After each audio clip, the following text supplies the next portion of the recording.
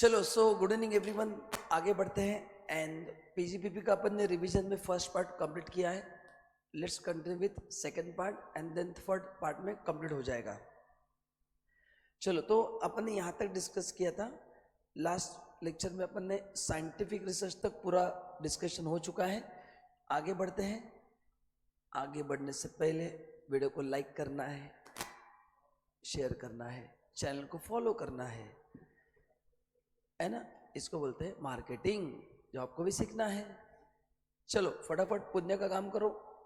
जिनको 5 मार्क ज़्यादा चाहिए वो कर सकते हैं, जिनको 5 मार्क कम चाहिए वो नहीं करेंगे, कोई प्रॉब्लम नहीं, दोनों को बस चॉइसेस है।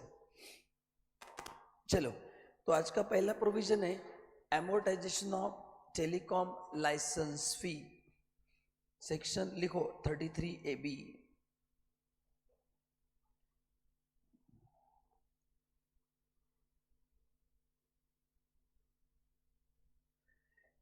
Section 33ABA, telecom licence fees.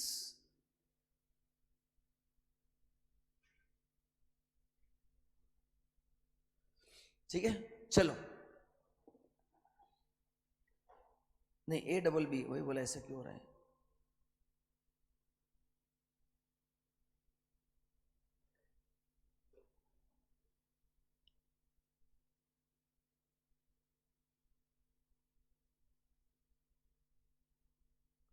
तो आज अपन देखेंगे कि टेलीकॉम लाइसेंस फीस जो है उसको हम राइट ऑफ कैसे कर सकते हैं, उसको हम राइट ऑफ कैसे करेंगे। ठीक है, चलो।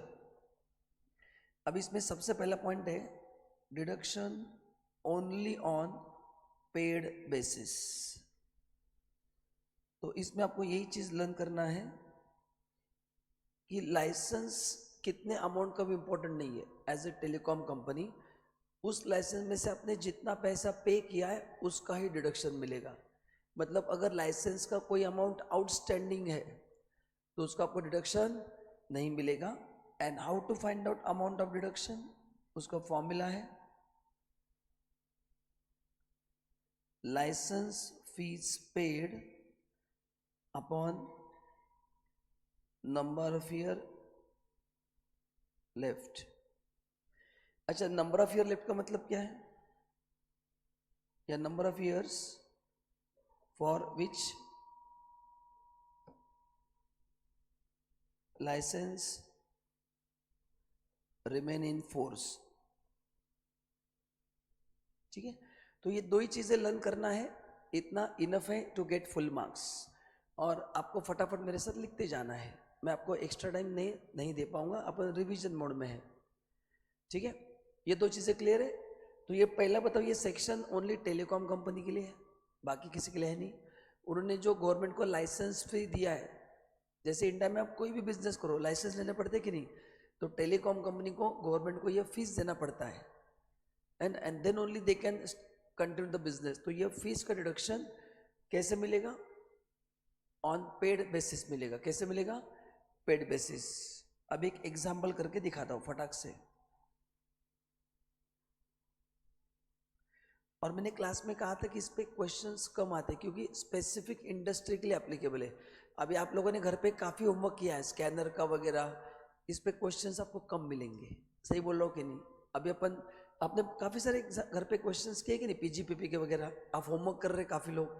ये हाँ, मैंने आपको कहा था कि जहाँ जहाँ पे स्पेसिफिक इंडस्ट्री का क्वेश्चन है वो बहुत कम आते हैं, लेकिन इसका मतलब ये नहीं कि स्किप करना है। चलो एक एग्जाम्पल दिखाता हूं। सपोज लाइसेंस फीस है 60 लाख एंड पीरियड है 15 ईयर्स। एग्जाम में क्वेश्चन दिया है कि टेलीकॉम कंपनी ने लाइसेंस लिया 60 लाख रुपए का, लाइसेंस 15 साल तक वैलिड है। कितने साल तक? 15। अभी देखो पेमेंट कैसे हुआ है।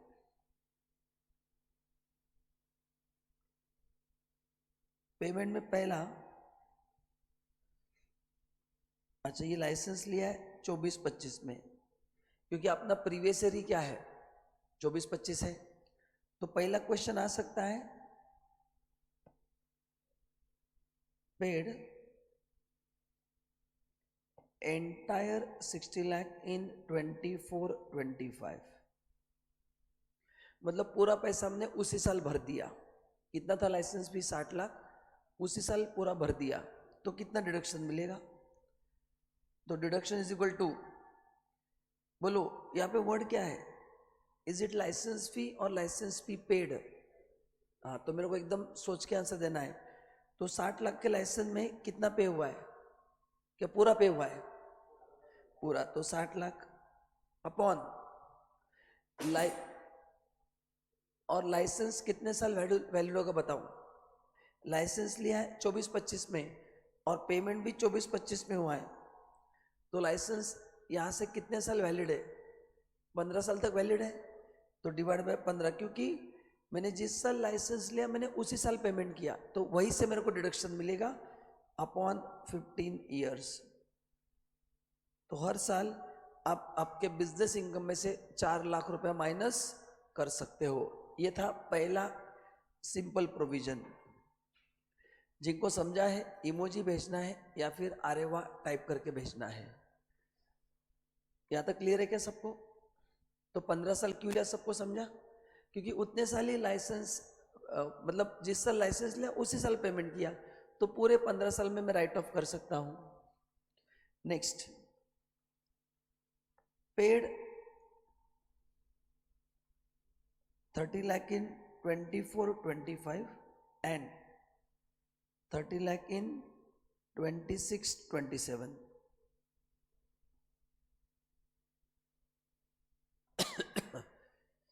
Clear? Yes, great, thank you so much, thank you so much. तो सेकंड केस में 30 लाख मैंने 24-25 में पे किए एंड 30 लाख रुपीस कहाँ पे पे किए? 26-27 में। तो पहले बात करते हैं 24-25 की। डिडक्शन कितना मिलेगा?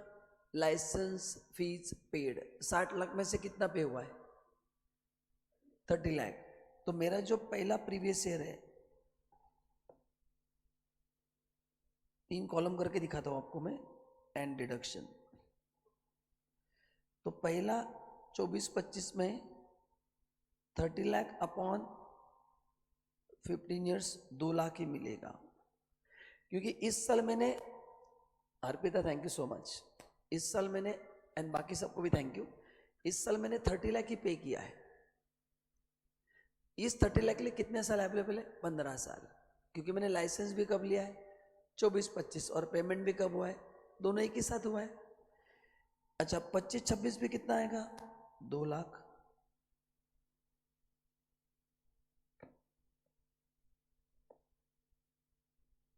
अभी 26-27 में बचा हुआ 30 लाख का पेमेंट हुआ है, तो ऊपर का तो 2 लाख आएगा, प्लस ये 30 लाख डिवाइड बाय 13 ईयर्स भी आएगा। क्यों 13 ईयर्स? नंबर ऑफ ईयर्स क्या लिखा है? Licence remain in force. तो 15 साल का लाइसेंस है, लाइसेंस 15 साल में एक्सपायर्ड होने वाला है, तुम कभी भी पेमेंट करो। तो 15 साल में से कितने साल खत्म हो चुके हैं? 2 साल खत्म हो चुके हैं। तो आपने जब पेमेंट किया उसके बाद कितने साल बचे हैं? 13 साल। तो करो 30 लाख अपॉन 13 लाख,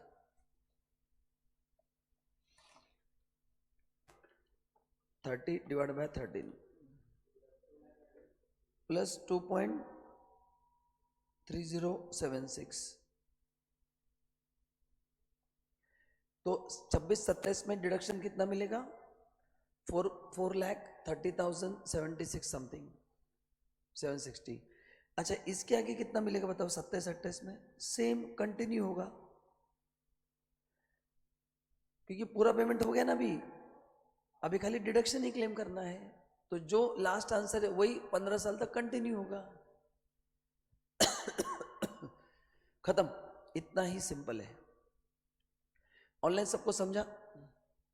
230,770 प्लस ऊपर का 2 लाख, तो 4,30,770 आपको मिलना स्टार्ट होगा। ये कब तक मिलेगा? जब तक 15 साल, 15 साल के बाद मिलना बंद हो जाएगा। Is this clear? Very simple, इतना ही करना है। तो व्हाट इज द फॉर्मूला? क्या फॉर्मूला बताओ? Licence fee paid upon number of year नहीं, जितने साल लाइसेंस का एक्सपायरी बाकी वो। तो इसमें 15 नहीं, अपन ने कितना लिया पहले केस में 15 लिया, बाद में कितना लिया 13। तो जितने साल लाइसेंस बाकी है उतने साल का पीरियड लेना है। सबको समझा क्या 13 कैसे आया? कंफर्म? चलो तो ये हो गया, तो ये मैंने बता दिया, फॉर्मूला बता दिया। आगे अच्छा, लाइसेंस इज सोल्ड, सिंपल। अच्छा ये जब लाइसेंस बेचेंगे, सुनो, same as a scientific research, तो ऊपर जो अपन ने पढ़ा था वही है। तो अब जब रिसर्च का रिवीजन करेंगे तो ऑटोमेटिक हो जाएगा, सेम है, कुछ फर्क नहीं है। ठीक है, वही है। देखो क्या है, जो लॉस होगा वो बिजनेस लॉस माना जाएगा। प्रॉफिट जब तक पूरा लाइसेंस का कॉस्ट रिकवर नहीं होता तब तक बिजनेस इनकम माना जाएगा। एंड लाइसेंस के कॉस्ट के ऊपर जो पैसा मिलेगा वो आपका कहाँ पे जाएगा? Capital gain. तो यहाँ पे लिखना सेम एज साइंटिफिक रिसर्च, अपन जो लास्ट स्टेप में किया था ना वही है। चलो नाउ ये पॉइंट नंबर 14 आपको पढ़ना है, टाइम पास वाला है। अभी आईएमपी मार्क करो। Section 35 AD, deduction in respect of capital expenditure on specified business. So 35 AD में अगर अपने स्पेसिफाइड बिजनेस स्टार्ट किया है एंड उसके लिए अपन ने कौन सा खर्चे किया है? कैपिटल, तो उसका 100% डिडक्शन मिलेगा। अभी मेरे को लॉजिकली बताओ कि अगर मैं, देखो तो सेक्शन 35 AD की खास बात क्या है? पहली खास बात है 100% डिडक्शन फॉर कैपिटल एक्सपेंडिचर। अच्छा कोई भी बिजनेस के लिए या ओनली स्पेसिफाइड बिजनेस के लिए? कौन से बिजनेस के लिए? स्पेसिफाइड बिजनेस के लिए, है ना। तो फिर आपको उस एसेट का डेप्रिसिएशन मिलेगा क्या? नहीं मिलेगा। मैंने आपको बहुत बार बोला है कि अगर आप किसी और सेक्शन में एसेट का बेनिफिट ले रहे हो तो उसका आपको डेप्रिसिएशन नहीं मिलेगा। तो इसमें ज़्यादा सॉल्विंग नहीं है, मतलब मेरे को कुछ पढ़ाने के लिए है नहीं। जितना तुमने खर्चा किया उसका पूरा डिडक्शन मिलेगा तुमको, उसका तुमको क्या मिलेगा? पूरा डिडक्शन मिलेगा। तो सबसे मेन पॉइंट क्या है कि यहाँ पे डेप्रिसिएशन आपको नहीं मिलेगा। यहाँ पे आपको क्या नहीं मिलेगा? डेप्रिसिएशन नहीं मिलेगा। क्लियर है? हो गया? हाँ देखो अभी क्या लिखा है, डिडक्शन 100% ऑफ कैपिटल एक्सपेंडिचर। कौन सा खर्चा एलिजिबल नहीं बताओ?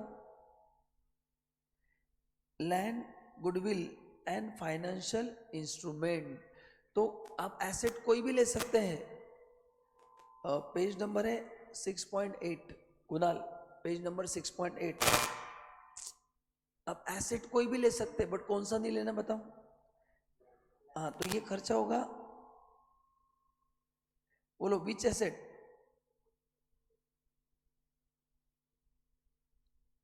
एक्सेप्ट कौन सा एसेट नहीं लेना है? लैंड, गुडविल, फाइनेंशियल इंस्ट्रूमेंट मतलब शेयर्स, ये तीन छोड़ के कुछ भी लेना है।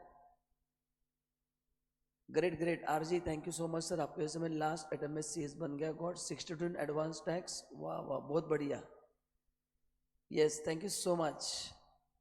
ये फाइनल का स्टूडेंट है, वो पास हो गया, उसको फाइनल टैक्स में 62 आए। Thank you so much.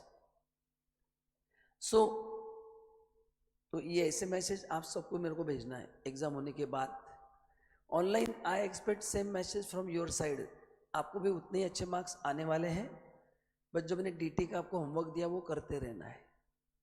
कितने भी डाउट्स है मैं यहाँ पे बैठा हूँ, 1000 2000 कितने भी आपको डाउट्स आए, मैं यहाँ पे बैठा हूँ, आपको मैं हर एक डाउट क्लियर करने वाला हूँ बिना एक्स्ट्रा जीएसटी लिए।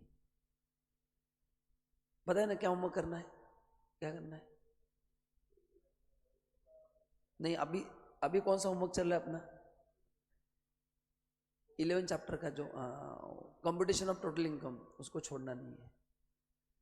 ठीक है चलिए, तो गाइस आप सबको भी सेम मार्क्स आने वाले हैं। ओके तो ये तीन खर्चे नहीं करना है, बाकी आप कोई भी एसेट खरीद सकते हैं। तो can I by plant and machinery? Yes, आप बाकी कोई भी एसेट खरीद सकते हैं। और एक कंडीशन है, जो एसेट परचेस करेंगे, याद है क्या, मैक्सिमम कैश पेमेंट कितना कर सकते हैं? 10 से ज्यादा आप कैश पेमेंट नहीं कर सकते, 10 से ज्यादा। यस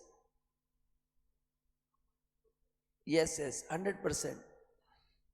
सो 10 से ज्यादा कैश में पे नहीं कर सकते। तो अब इसमें अपने लिए चैलेंज क्या है एज ए स्टूडेंट? ये स्पेसिफाइड बिजनेस के नाम लर्न करना। बट मैंने आपको क्लास में कहा था इन बिजनेस को एक बार पढ़ के रखना है। और मैंने एग्जाम में क्या कहा था, कौन सा वर्ड आता है, क्लास में कहा था वर्ड स्पेसिफाइड विल कम। तो आप टेंशन मत लो, ये वर्ड एग्जाम में आने वाला है। The moment you find this word, मतलब क्या है, इमीडिएटली दिमाग की बत्ती जलनी चाहिए, नहीं तो मेंटोस खाना है और दिमाग की बत्ती जलाना है।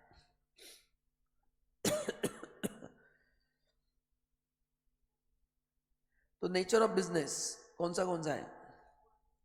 Setting up and operating cold chain facility, setting up operating warehouse facility for storage of agriculture produce. तो एग्रीकल्चर प्रोड्यूस का स्टोरेज, कोल्ड चेन मतलब क्या, जहाँ पे फ्रूट्स वगैरह रखे जाते हैं ना, cold storage. Cross country natural gas, crude petroleum oil pipeline. Cross country मतलब दो कंट्री के बीच में पाइपलाइन बिछाना है।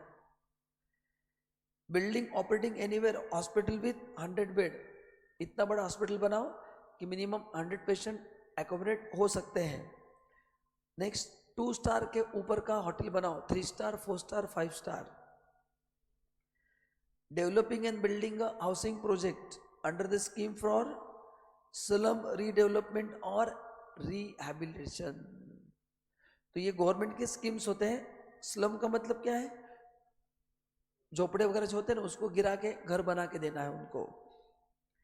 देन गवर्नमेंट का और एक स्कीम है अफोर्डेबल हाउसिंग, उसके अंदर लोगों को घर बना के देना है। Production of fertiliser, inland container depot, ये मैं आपको कस्टम में अपन कवर करेंगे तब बताऊंगा। Bee keeping and production of honey wax, bee wax and ये। Then warehouse for storage of sugar in India, slurry pipeline for transportation of iron ore, semiconductor मतलब chips, खाने के नहीं, हाँ, wafer fabrication unit. And last infrastructure project start करना है। तो ये 14 बिजनेस है। कितने हैं? 14 बिजनेस के लिए अगर आप कोई एसेट खरीदते हैं तो आपको कितना मिलेगा डिडक्शन? 100% डिडक्शन मिलेगा। अभी प्रोविजन तो इतना ही है। अभी देखो कुछ खास चीजें आपको बताता हूं कि एग्जाम में क्या क्या आ सकता है। सपोज आपको देंगे profit before deduction under section 35 AD 12 crore, less deduction under section 35 AD, आपने 16 करोड़ का एसेट लिया है तो 100% डिडक्शन मिलेगा। तो कितना मिलेगा? 100% ऑफ 16 करोड़।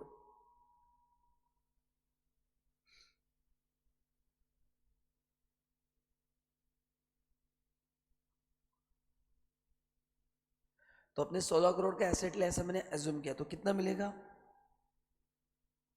तो इनकम पॉजिटिव आ रहा है या नेगेटिव आ रहा है? ये इनकम नेगेटिव आ रहा है। तो इसका क्या होगा? इसको बोलते हैं लॉस फ्रॉम स्पेसिफाइड बिजनेस। और इसका ट्रीटमेंट अपन ने सेट ऑफ में पढ़ा है। It can be carried forward for n number of years. तो इसका ट्रीटमेंट कहां पे है? ये लॉस क्या हो गया? Can be carry forward for any number of years and can be set off only against profit from specified business only। मतलब पीजीपीपी में बाकी कोई इनकम नहीं चलेगा, स्पेसिफाइड ही चलेगा। है ना। तो ये अपन ने सेटअप में ऑलरेडी कवर किया है। आपको समझा मैंने क्या बोला ऑनलाइन, कि ये जो लॉस आता है आप जितने साल से उसको कैरी फॉरवर्ड कर सकते हो, नो लिमिट, एंड ये loss set of specified business से होगा। अच्छा कितने स्पेसिफाइड बिजनेस? 14 है, तो 14 में से कोई भी चलेगा लेकिन बाकी कोई नहीं चलेगा। तो I can close one specified and I can start another, it's okay, but specified कम होना चाहिए। बाकी मैंने अगर दूध का बिजनेस स्टार्ट किया, दूध बेचने का, तो नहीं चलेगा। सलून स्टार्ट किया तो नहीं चलेगा, वो भी बिजनेस ही है। तो पीजीपीपी में भी स्पेसिफिक इनकम होगा तो ही सेट ऑफ होगा। ऑनलाइन सबको समझा कि मेरे को आपसे आंसर चाहिए फटाफट।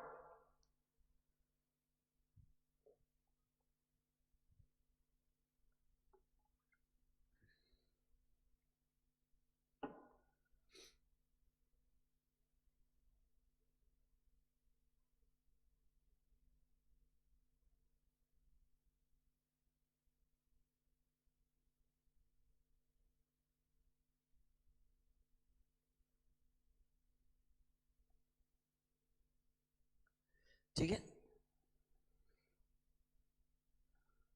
चलो आगे बढ़ते हैं। ये क्या हो गया, स्क्रीन फ्रीज हो गया क्या?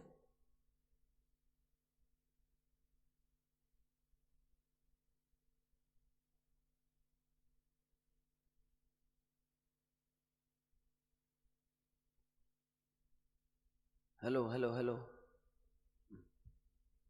चलो आगे। नाउ अब ये छोटे मोटे प्रोविजन है, कुछ काम के नहीं है, ये भी आप पढ़ लेना, कुछ काम के नहीं है। मैं मेन पढ़ाऊंगा। अभी मैं पढ़ाऊंगा सेक्शन 35 एडी, एमोर्टाइजेशन ऑफ। सी मैं रिवीजन में ऐसी चीज़ें 100% कवर कर रहा हूँ जो न्यूमेरिकल है और जो एग्जाम में आती है।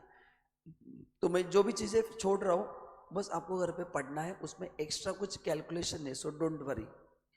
नेक्स्ट लिखो, very important provision, amortisation of preliminary expenses, section 35D। amortization of preliminary expenses। अच्छा, what do mean by preliminary expenses? हम सबको पता है जब हम नया ऑर्गेनाइजेशन फॉर्म करते हैं तो उसकी लीगल एक्सपेंसेस वगैरह होता है। जैसे अगर मैंने कंपनी फॉर्म किया तो memorandum of association, article of association, ऐसे बहुत सारे लीगल खर्चे होते हैं। तो उन खर्चों का आपको बेनिफिट मिलेगा। और मैंने आपको एक एक्स्ट्रा पॉइंट भी पढ़ाया था कि समटाइम खर्चा इनकॉर्पोरेशन के बाद भी होता है। कब होता है? मैं अगर मेरे बिजनेस एक्सपांड कर रहा हूँ, मैं और एक ब्रांच ऐड कर रहा हूँ तो भी होता है। तो ये जो खर्चा है प्रिलिमिनरी एक्सपेंस, ये बिफोर कमेंसमेंट तो होता ही है, ये आफ्टर कमेंसमेंट भी होता है। एंड जो भी खर्चा होता है सबको पता है कितने साल में राइट ऑफ करना है, 5 साल में। कितने साल में राइट ऑफ करना है? 5 साल में। बस उसका निकालने का तरीका है ना। पहला पॉइंट ज्यादा ही इंपॉर्टेंट है, ये बेनिफिट इंडियन कंपनी के लिए मिलेगा या फिर रेसिडेंट नॉन कॉर्पोरेट एसएससी को मिलेगा। मतलब ये बेनिफिट फॉरेन कंपनी को नहीं मिलेगा। एंड बाकी जितने भी एसएससी है उसमें अगर वो रेसिडेंट है तो मिलेगा, नॉन रेसिडेंट है तो नहीं मिलेगा। अच्छा, मैं आपको एक क्वेश्चन पूछता हूं, can you tell me what is the meaning of corporate assessee? मैंने क्लास में आपको बताया था, कैन यू हेल्प मी? बोलो।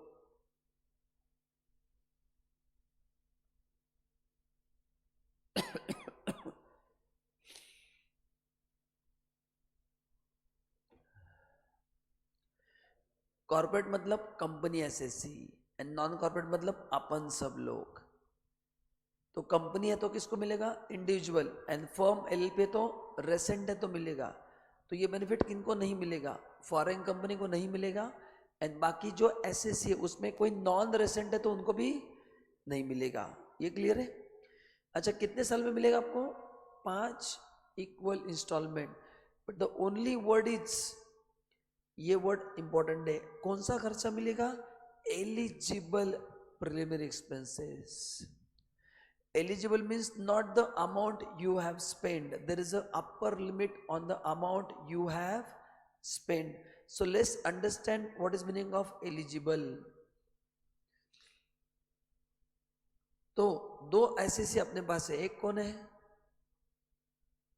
कंपनी, एंड दूसरा अदर देन कंपनी है. अच्छा, कंपनी कोई भी कवर्ड है या इंडियन कवर्ड है, खाली इंडियन. एंड ICC कोई भी कवर्ड है या ओनली रेसिडेंट कवर्ड है, रेसिडेंट. ठीक है, कितना मिलेगा, क्या लिमिट है, सबको पता है, 5% ऑफ कैपिटल एम्प्लॉयड और cost of project whichever is higher or actual expenditure. तो इसको अगर मैं A बोलता हूं, इसको मैं B बोलता हूं, तो व्हाट इज एलिजिबल,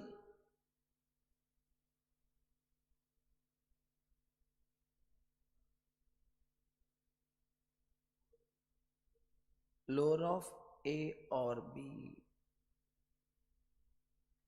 ये है एलिजिबल. ठीक है, so what is a, how to get eligible, cost of project that is COP and CE means capital employed. उसका 5% लेना है दोनों का, जो हाइयर है वो लो, उसको एक्चुअल से कंपेयर करो, and then whichever is lower that becomes your eligible.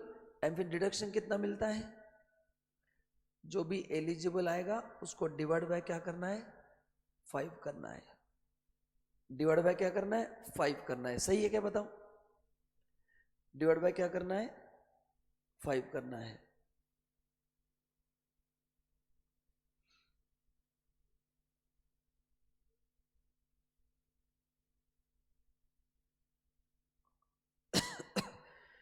And other than company है तो क्या फॉर्मूला है, 5% ऑफ कैपिटल एम्प्लॉयड और एक्चुअल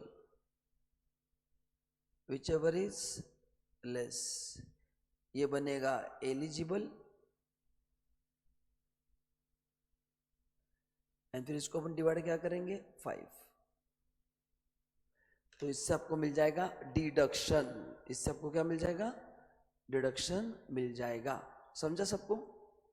तो अगर पार्टनरशिप फर्म है तो उनको क्या करना है, जितना उनका कैपिटल एम्प्लॉयड है उसका 5% निकालना है, उसको एक्चुअल से कंपेयर करना है, दोनों में से lower low, divide by 5. Online सबको समझा कि नहीं, बताओ, आपको समझा सबको. तो ये एकदम सिंपल है, put the value get the answer, बाकी कुछ भी नहीं है, टेंशन मत लो, बहुत सिंपल है. ऑनलाइन सब रिप्लाई करो, इमोजी भेजो.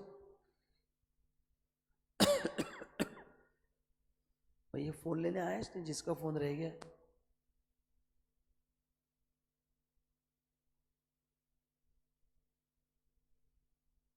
कुछ ग्रुप में रिप्लाई नहीं ना, हाँ,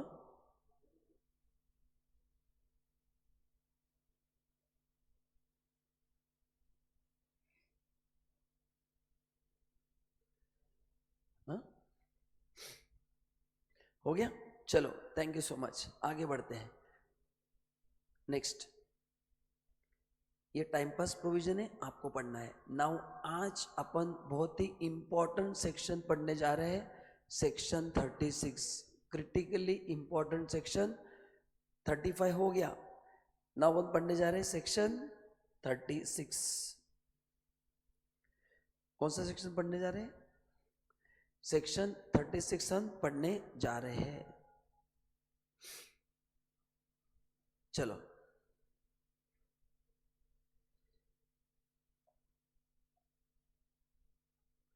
ओके. नाउ सेक्शन 36 में जाने से पहले अपने को 2 सेक्शन अच्छे से रिवाइज, अरे थैंक यू सो मच. अपन पहले 2 सेक्शन रिवाइज करेंगे, 43B एंड 48(2), एंड फिर अपन 36 पढ़ना स्टार्ट करेंगे. थोड़ा आगे आइए, मैं आपको बताता हूँ. पेज नंबर 6.14 पे आइए.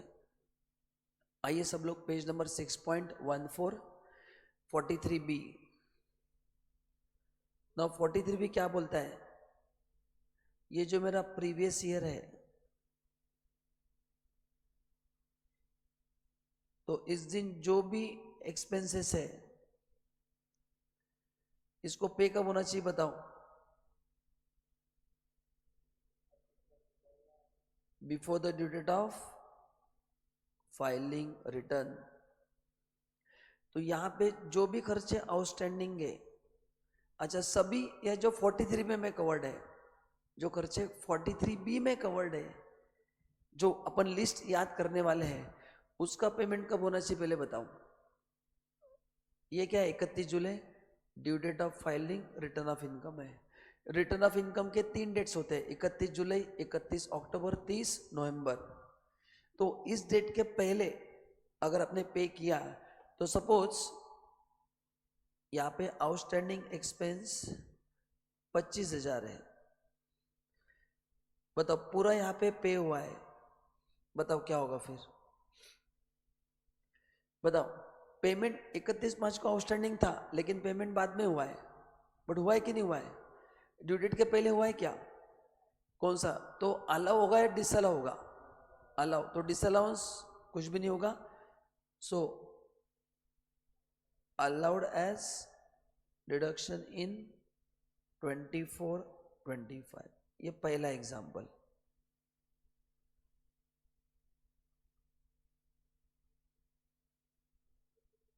सो ये पेड हुआ है 25 जुलाई को, so allowed as deduction in 24-25। Second, outstanding expense 25,000 है, पेड हुआ है 1 जनवरी 2026 को, पे हुआ है 1 जनवरी 2026 को पे हुआ है। तो बताओ इस डेट पे सबको फोकस करना है। अगर 31 जुलाई के 25 के पहले हुआ है तो 24-25 का खर्चा होगा। अभी इस डेट को आप कंपेयर करो,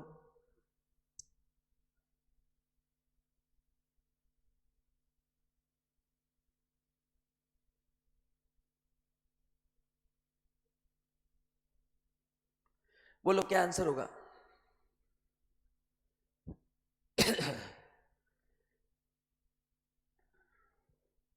बोलो आंसर दो ऑनलाइन, क्या आंसर होगा? डिसअलाउ होगा क्योंकि ड्यू डेट के बाद पे हुआ है। डिसअलाउ होगा क्योंकि ड्यू डेट के बाद। तो इसका आंसर क्या होगा? disallowed in 24-25 25,000 and allowed in 25-26 again 25,000। क्योंकि तो ये परमानेंटली डिसअलाउड नहीं है, इस साल तो इनकम में ऐड होगा लेकिन बाद में क्या होगा? जिस साल पे करेंगे वापस आपको क्या मिलेगा? डिडक्शन मिल जाएगा। तो ये कौन सा सेक्शन है? ये कौन सा सेक्शन है? 43B। सबको समझा क्या ऑनलाइन? आपको याद आ गया ऐसा कुछ अपन ने किया था? ठीक है, तो अब इसमें लर्न क्या करना है? लर्न, अच्छा बताओ ये सभी खर्चों के लिए है या 43B में डिफाइन किया उन्हीं एक्सपेंस के लिए? ये 43B में डिफाइन किया उन्हीं एक्सपेंस के लिए, बाकी किसी एक्सपेंस के लिए नहीं है। तो अभी अपने को लर्न क्या करना है? कॉन्सेप्ट तो समझ में आ गया। अपने को लर्न करना है list of the all expenses. अपने को लर्न क्या करना है? List of the all expenses. तो आइए एक्सपेंसेस पढ़ लेते कौन से हैं।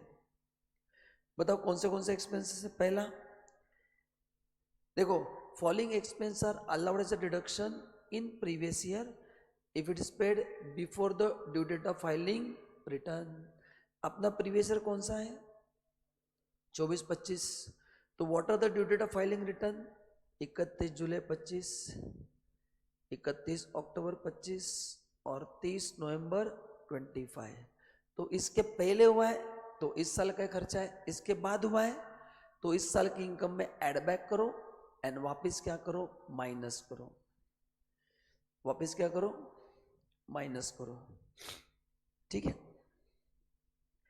अच्छा आपको याद है क्लास में मैंने एक डे 1 को एक टेबल आपको बना के दिया था, कि रिकॉर्ड हुआ है तो क्या करना है, रिकॉर्ड नहीं हुआ तो क्या करना है।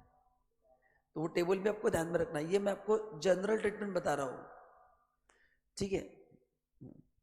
दूसरा कौन सा पहला है, ड्यूटी टैक्स एंड सेस। तो गवर्नमेंट को जो भी हम ड्यूटीज पे करते हैं तो उसमें म्यूनिसिपल टैक्स भी आएगा, जीएसटी भी आएगा, लेकिन इनकम टैक्स नहीं आएगा क्योंकि income tax is already disallowed. तो इसमें कौन सा टैक्स नहीं आएगा, आप खाली मेरे को बताओ कौन सा नहीं आएगा, इसमें कौन सा नहीं आएगा बताओ। एक्सेप्ट इनकम टैक्स मतलब क्या है, सी अभी अपन रिवीजन मोड पे है, अपन ने पढ़ा था सेक्शन 40 में कि इनकम टैक्स डिसअलाउड ही है। तो तू 31 मार्च को भर या कभी भी भर, तो जो खर्चा ऑलरेडी डिसअलाउड है उसके लिए 43 भी अप्लाई नहीं होगा। तो इसमें गवर्नमेंट के सभी टैक्सेस आएंगे जो जो आप टैक्सेस दे रहे हैं, जीएसटी भी आएगा, म्यूनिसिपल टैक्स आएगा, है ना, सभी टैक्सेस आएंगे, बट कौन सा नहीं आएगा, इनकम टैक्स नहीं आएगा क्योंकि इनकम टैक्स ऑलरेडी क्या है, डिसअलाउड है। तो इनकम टैक्स के लिए 43 भी अप्लाई नहीं करना है, वो डायरेक्टली इनकम में ऐड बैक करना है। Am I clear, income tax के लिए 43 भी यूज नहीं करना है। बोनस कमीशन जो अपन ने सैलरी में पढ़ा है, इंटरेस्ट ऑन लोन, आपने बैंक से लोन लिया है बिजनेस करने के लिए तो वो लोन भी रिपे करना जरूरी है। लीव एनकैशमेंट जो अपन ने सैलरी में पढ़ा था, employer contribution to provident fund, अपन ने सैलरी में पढ़ा था ना कि अपने लिए हर मंथ एम्प्लॉयर कुछ ना कुछ पैसा कंट्रीब्यूट करता है, कुछ ना कुछ पैसा क्या करता है, कंट्रीब्यूट, तो वो भी उसको देना पड़ेगा टाइमली। देन अगर आप इंडियन रेलवे के एसिड यूज कर रहे हो तो वो भी देना पड़ेगा। And any sum payable to MSC beyond any limit, तो ये एमएससी का इतना इंपॉर्टेंट नहीं है। तो इसमें से एग्जाम में क्या क्या लर्न करना है जो आने वाला है,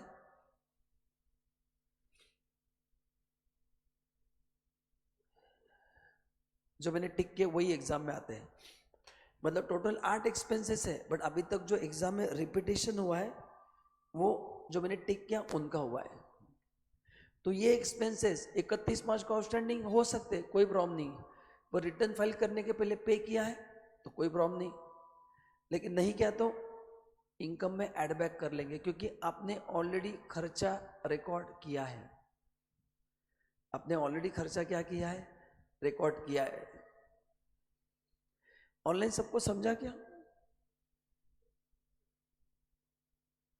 ऑनलाइन सबको समझा मैं क्या बोल रहा हूं, आप सबको समझा कंफर्म, ये न्यूमेरिकल समझ में आ गया।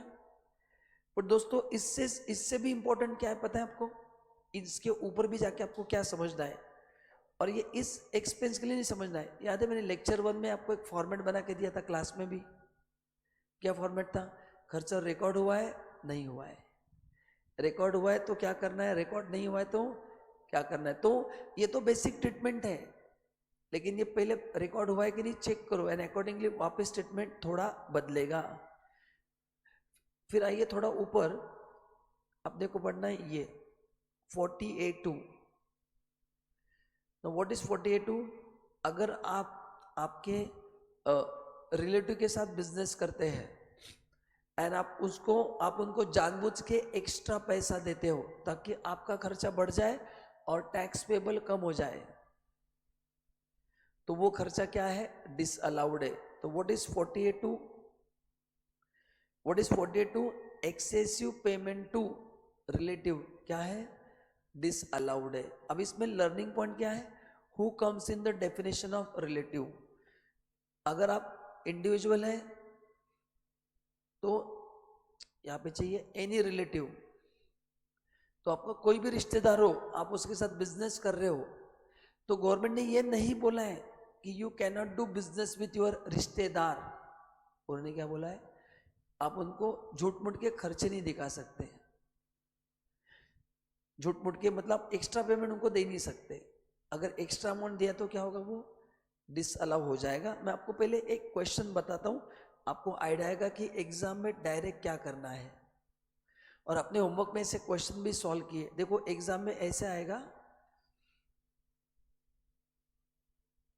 Amount paid to relative ₹12,000 which is in excess by ₹2,900. ठीक है, ऐसा एग्जाम में क्वेश्चन आएगा. अब इन्होंने खुद बोल दिया है कि आपने पेमेंट किसको किया है, रिलेटिव को किया, मतलब 48 टू पिक्चर में बाय डिफॉल्ट आ गया. बोलो कितना होना चाहिए था पेमेंट, 12,000 तो हुआ है, कितना एक्स्ट्रा हुआ है. हाँ तो बोलो आंसर क्या होगा, कितना डिसला होगा,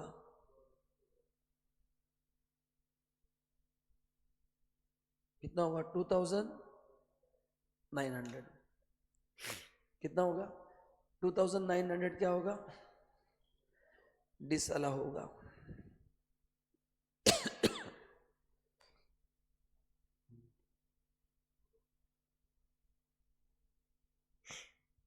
तो कुछ ज्यादा सोचो मत, बस जितना एक्स्ट्रा उसको ऐड बैक करना है. तो इसका मतलब क्या है कि P&L में 12,000 रुपया रिकॉर्ड हुआ है, उसमें कितना एक्स्ट्रा है, 2,900, उसको क्या करना है, ऐड बैक करना है. ठीक है, सबको समझा. ऑनलाइन मस्त में रिप्लाई करो फटाफट. जिनको नींद आ रही है कॉफी हाथ में लेके बैठना है. सबको समझा क्या करना है, चलो हो गया, ग्रेट. आगे बढ़ू मैं. तो ये एक बार पढ़ के रखना है. Who comes in definition of relative, any person in whose business such individual has substantial interest. मतलब आपका किसी फर्म में 20% स्टेक है, तो आप और फर्म को भी क्या माना जाएगा, रिलेटेड माना जाएगा. और आपने फर्म को भी ज्यादा पेमेंट किया तो डिसला होगा. मतलब नेचुरल पर्सन तो कवर्ड है, एज एन इंडिविजुअल आर्टिफिशियल भी कवर्ड है. तो मेरा किसी फर्म में 33% पार्टनरशिप है, मैंने उनको ज्यादा पेमेंट किया तो क्या हो जाएगा, डिस अलाउ हो जाएगा. ठीक है.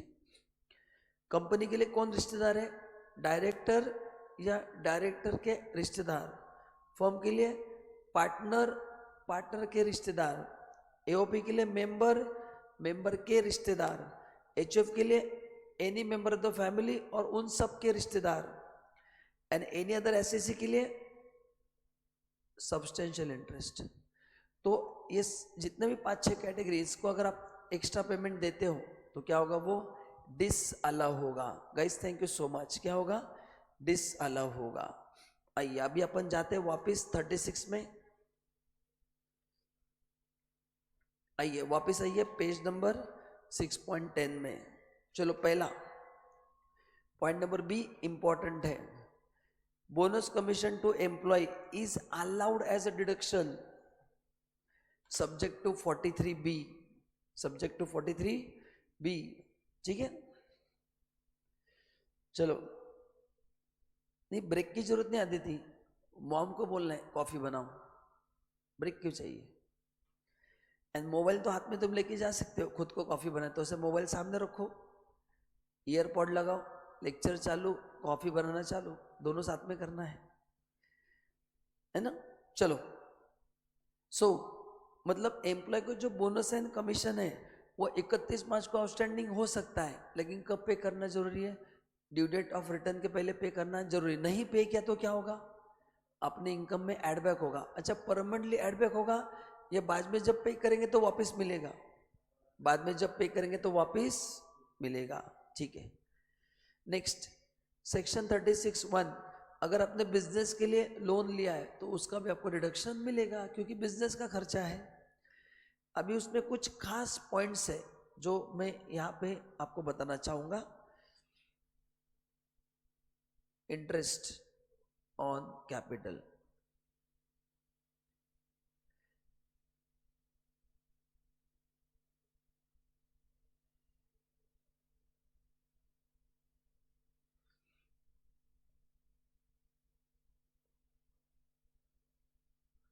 अगर एग्जाम में देते हैं कि प्रोप्राइटर के कैपिटल पे आपने इंटरेस्ट दिया है तो अपन ने पढ़ा है वो क्या है, डिसअलाउड. इंटरेस्ट ऑन, हाँ तो लैपटॉप लेके जाना है ऐसे, लैपटॉप गैस के बाजू में रखना है और गैस ऑन करना है, सिंपल. तो प्रोप्राइटर को अगर हमने इंटरेस्ट दिया तो क्या है वो, डिसअलाउड है, ठीक है। देन इंटरेस्ट पेड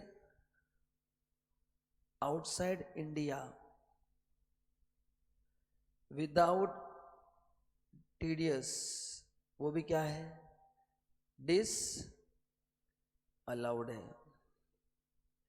तो अगर अपने प्रोपराइटर को इंटरेस्ट दिया है तो वो डिसअलाउड है, लेकिन अगर पार्टनर्स को दिया है, पार्टनर्स कैपिटल है, तो सेक्शन 30 अप्लाई नहीं होता है, 36 40 भी अप्लाई होता है। अपन ने किया है, आपने कल परसों घर पे किया है, तो वो 40 बी में बाद में डिस्कशन होगा, उसका डिस्कशन 40 बी में होगा, अभी नहीं होगा, अभी नहीं होगा, ठीक है। यस यस, चलो सर रिवीजन लेक्चर बहुत ज़्यादा हेल्पफुल लग रहे हैं, प्लीज़ चैप्टर 14 का भी लेना। यस यस, नहीं फ़ायदा तो होगा ही। नेक्स्ट टाइम आप मेरे लेक्चर में कमेंट करोगे सर हमको भी 60 मार्क्स मिल गए, तो पार्टनर्स का तो कहाँ पे जाएगा, 40 बी में जाएगा। अच्छा ये सब आप लिख रहे हैं ना, मैं मेरे लिए लिख रहा हूँ, मैंने कहा है आपको फटाफट लिखना है मेरे साथ। मैं नोट्स में भी ऐड करके दे सकता था, बट लिखेंगे तो कुछ चीज़ें याद होती है, तो लिखने का पर्पस क्या है, यू शुड मेमोराइज इट। तो ऑनेस्टली अटेंड करो लेक्चर, है ना, होल हार्टेडली लेक्चर अटेंड करना है, आधा अधूरा नहीं। तो फटाफट लिखते जाओ, ठीक है। तो पार्टनर्स का इंटरेस्ट तो डिस्कशन कहाँ पे होगा, 40 बी में होगा। अच्छा, नोशनल इंटरेस्ट मतलब अपन ने ऐसे ही P&L में दिखाया, पे नहीं किया है, नॉट अलाउड, मतलब डिसअलाउड। ऐसा एग्जाम में आएगा नहीं, बट आ गया।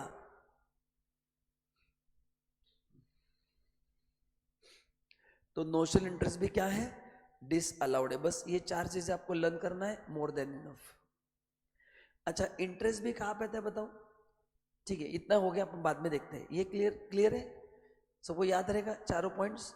अच्छा, एग्जाम के एक दिन पहले यही रिवीजन नोट्स आपको यूज करना है, एंड अभी जो आप लिख रहे हैं वही देखना है, बाकी कोई थ्योरी के लिए यूज, इसमें सब कवर्ड है कि नहीं बताओ, हर एक चीज कवर्ड है, ठीक है। चलिए आगे, नेक्स्ट अगेन इंपॉर्टेंट है, discount on zero coupon bond. तो जीरो कूपन बॉन्ड पे आपने जो भी डिस्काउंट दिया है उसको राइट ऑफ कैसे करना है, सिंपल फॉर्मूला है, over the period of bond.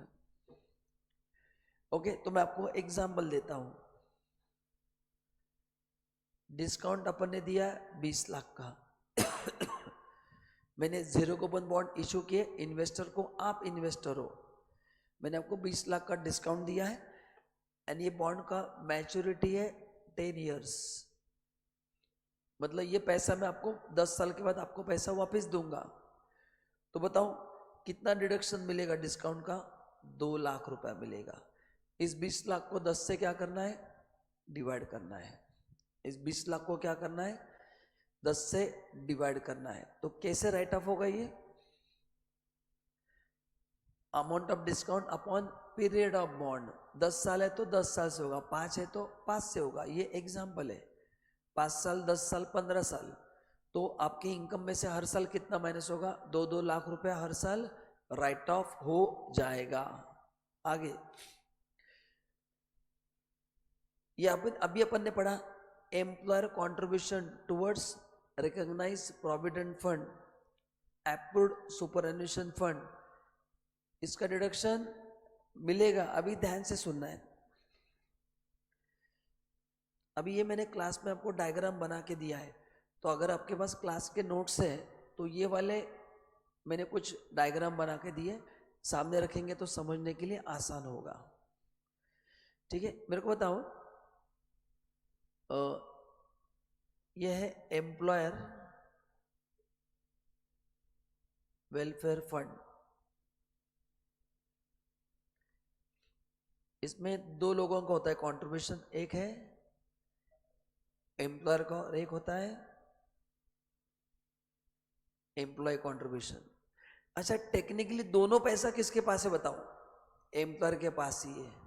मतलब खुद अगर मैं एम्प्लॉयर हूं तो मैंने आपके सैलरी से सर्टन पार्ट कट करके लिया है, वो भी मेरे पास है, वो भी क्या है मेरे पास है, एंड प्लस मेरा खुद का भी मेरे पास है। मतलब मेरे को दो लोगों के पैसे भरना है, एक मेरे खुद के भरना है और एक जो मैंने आपके सैलरी से कट किया है। तो मेरे खुद के लिए 43 भी एप्लीकेबल है, एम्प्लॉय के लिए 43 भी एप्लीकेबल नहीं है। ये अपन ने क्लास में डायग्राम में लिखा है, मिल जाएगा आपको, मैंने 100% लिख के दिया है। हाँ, तो वो कब भरना है? इमीडिएटली भरना है, अगले महीने की 21 तारीख को, नहीं तो डिस अलाउ हो जाएगा वो, है ना। तो इसके लिए 43 भी एप्लीकेबल नहीं है। तो एम्प्लॉयर खुद का पैसा बाद में भरा तो भी चलेगा, लेकिन जो एम्प्लॉय का उसने पैसा सैलरी में से कट करके लिया है उसको इमीडिएटली भरना है। इमीडिएटली का मतलब क्या है? तो इसका ड्यू डेट क्या होगा? What is the due date for this? As per relevant act, as per the relevant provident fund act, क्योंकि हर एक एम्प्लॉयर के लिए, एम्प्लॉय के लिए अलग अलग एक्ट अप्लाई होता है, इसलिए मैंने यहाँ पे नाम क्या लिखा है? एम्प्लॉय वेलफेयर फंड, फिर recognise provident fund, superannuation fund, ये सब यहाँ पे आ जाते हैं। तो जो भी आपके लिए, बस स्टैट्यूटरी प्रोविडेंट फंड यहाँ पे नहीं आता है, वो बाद में आऊँगा। तो इसके लिए ड्यू डेट क्या है? वो एक्ट के हिसाब से ड्यू डेट, और मैंने आपको मेरे क्लास के नोट्स में ड्यू डेट दिया है, ठीक है। तो ये बाद में देंगे तो नहीं चलेगा, ये इमीडिएटली भरना है, नहीं दिया तो ये परमानेंटली डिसअलाउ होगा। 43 बोला तो बाद में तो मिलेगा, लेकिन एम्प्लॉय का नहीं दिया तो क्या होगा? परमानेंटली डिसअलाउड होगा। ये समझा क्या आपको? आपका खुद का कॉन्ट्रिब्यूशन बाद में देंगे तो डिडक्शन मिलेगा, लेकिन एम्प्लॉय का बाद में देंगे तो नहीं चलेगा, परमानेंटली डिसअलाउड होगा। मतलब आपकी इनकम में तो ऐड होगा ही, बाद में भरना तो पड़ेगा, लेकिन डिडक्शन नहीं मिलेगा। ये समझा के बताओ। तो which is temporarily disallowed, which is permanently?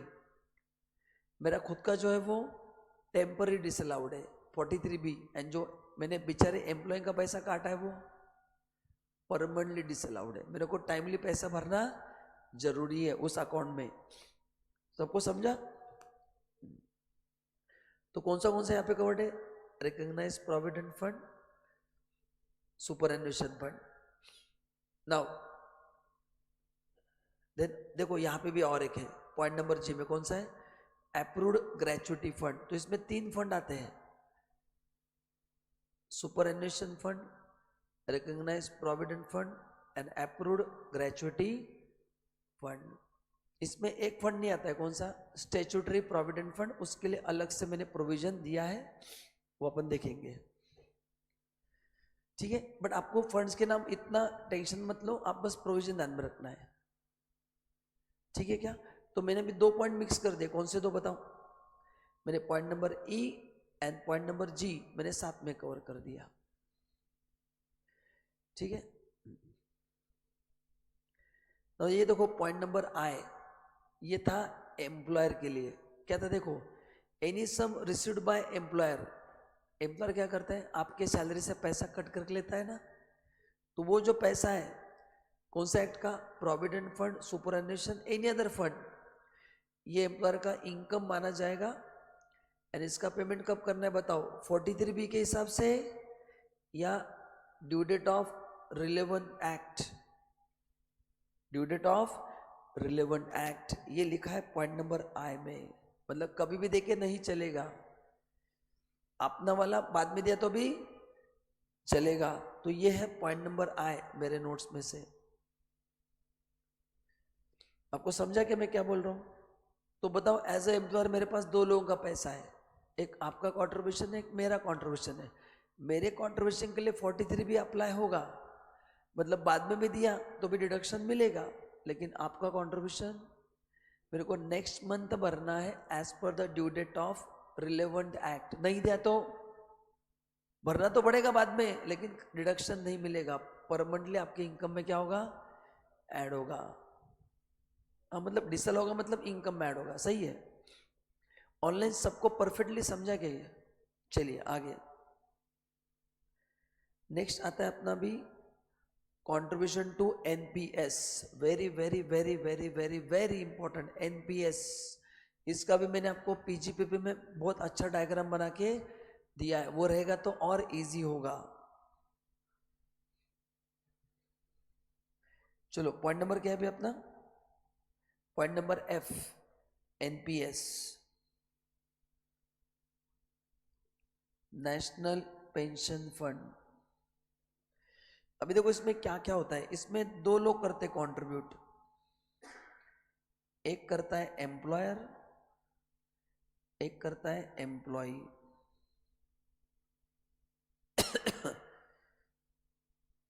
अभी एम्प्लॉयर को डिडक्शन मिलेगा अंडर सेक्शन 36। तो अपन पढ़ क्यों रहे पहले? क्योंकि एम्प्लॉयर ने जो आपके लिए कंट्रीब्यूट किया है उसका डिडक्शन उसको सेक्शन 36 में मिलेगा। कितना मिलेगा डिडक्शन? मैक्स देखो यहाँ पे दिया है 14% ऑफ सैलरी मिलेगा। कितना मिलेगा? 14% मैक्स।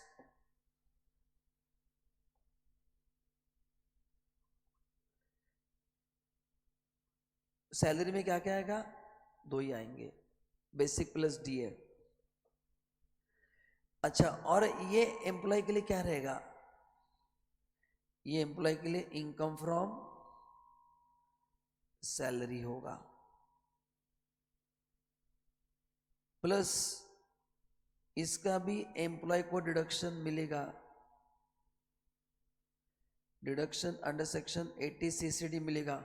मतलब एज अ एम्प्लॉय, एम्प्लॉयर का जो खर्चा है वो आपके सैलरी इनकम में तो ऐड होगा ही, प्लस चैप्टर 11 में आपको उसका डिडक्शन भी मिलेगा। मतलब तुम्हारी इनकम में भी ऐड होगा प्लस डिडक्शन मिलेगा, प्लस ये एम्प्लॉयर का मिलेगा, प्लस जो उसका ओन कंट्रीब्यूशन है उसका भी डिडक्शन मिलेगा अंडर सेक्शन 80 सीसी डी। बस इतना आपको लर्न करना है अभी,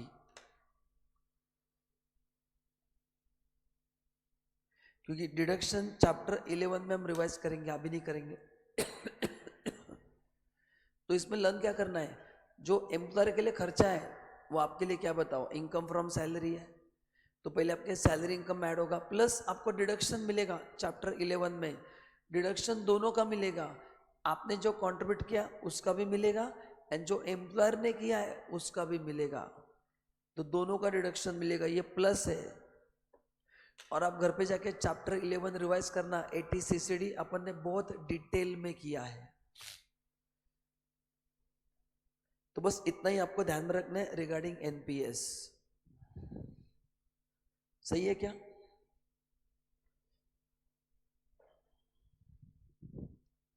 ऑनलाइन समझा सबको?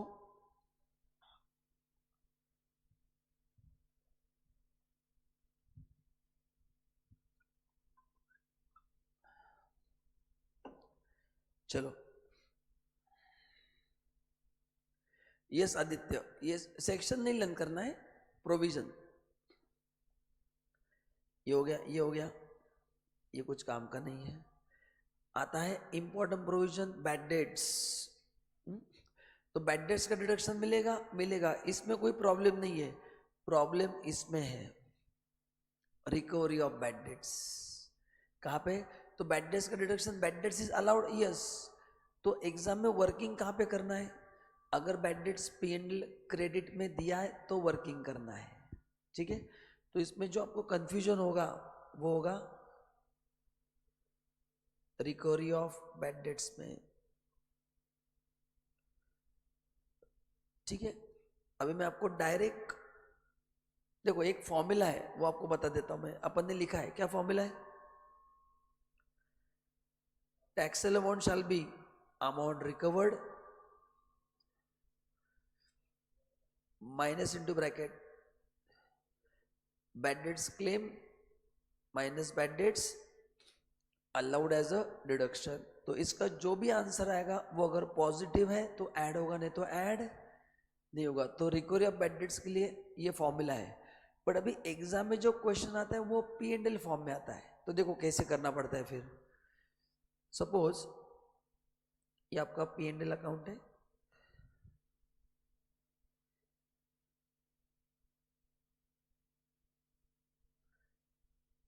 यहाँ पे आएगा टू बैड डेट्स 12,000, यहाँ पे आएगा by recovery of bad debts 9,000,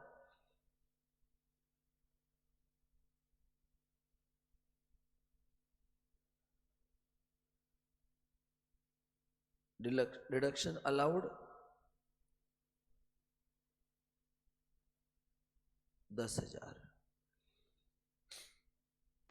ठीक है, अब ये 2-3 अमाउंट आ जाते हैं ना, फिर बच्चे कंफ्यूज हो जाते हैं। अच्छा इसको हटा दो अभी, चलो। हाँ, तो आपने कितना रिकवर किया है? 9,000। कितना डिडक्शन आपने क्लेम किया है? 10। तो बस सिंपल रूल ध्यान में रखना है, ये ब्रैकेट में जो दिया है ना उतना इनकम माना जाएगा। तो आपने कितना डिडक्शन क्लेम किया है? 10। तो उस साल आपका इनकम 10 से कम हुआ है कि नहीं हुआ है? तो अभी 9,000 ऐड होगा तो क्या प्रॉब्लम है? उस साल कम हो गया, अभी ऐड होगा। तो कितना इनकम मानना है बताओ? जितना डिडक्शन हुआ है उतना ही इनकम मानना है। तो 9,000 को बिजनेस इनकम मानना है, मतलब कुछ भी ट्रीटमेंट नहीं करना है, सब बराबर हुआ है, ना ऐड करना है ना लेस करना है। ये समझा के बताओ पहले, ना ऐड होगा ना लेस होगा। No treatment required. क्यों नो ट्रीटमेंट रिक्वायर्ड? क्योंकि 9,000 बराबर इनकम में ऐड हुआ है ना, वापिस तुम क्या करोगे ये समझना जरूरी है।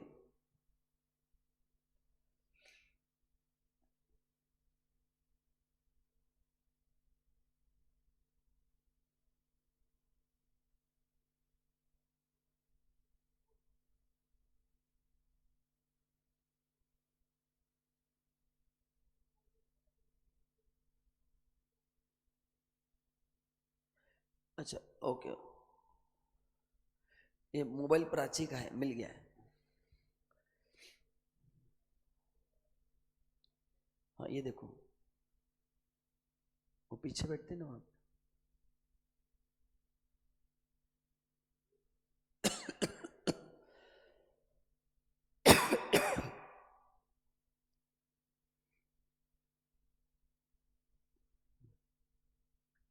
हो गया?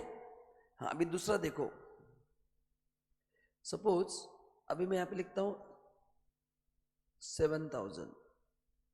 अभी बताओ, रिकवरी 9,000 हुआ है, डिडक्शन 7,000 का मिला था। जितना डिडक्शन मिला है उतना ही इनकम मानना है, मतलब 7,000 को इनकम मानना है। कितना एक्स्ट्रा इनकम दिखा है? 2,000। 2,000 को माइनस करना है, 2,000 को क्या करना है? Minus. So again I explain, जितना डिडक्शन अलाउ हुआ है। हाँ? अरे ये पहला क्वेश्चन था। हाँ? क्या हो गया? नहीं वो अलग है, उसमें 3 अमाउंट लगेंगे तभी आएगा वो। 3 अमाउंट नहीं देते ना, वो 2 अमाउंट नहीं देंगे, इसलिए वो फॉर्मूला यूज नहीं होगा।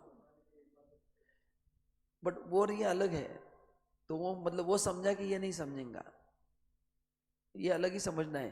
तो आपको एग्जाम में यही आएगा, ऐसे एज्यूम करो, क्योंकि आपको P&L दिया जाता है। बोलो क्या होगा पहले केस में?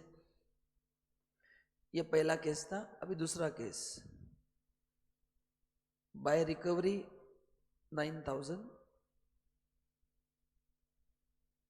Deduction allowed 7,000, deduction allowed 7,000।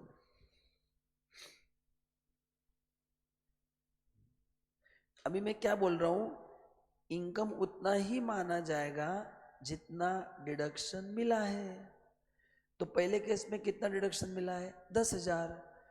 तो जब तक तो 10,000 तुमने माइनस किया है कि नहीं? तो 10 में से कितना रिकवर हुआ है? 9,000। तो इस 9,000 बिलो 10,000, तो डिडक्शन 9,000 कम, तो इनकम 9,000 लिया जाएगा।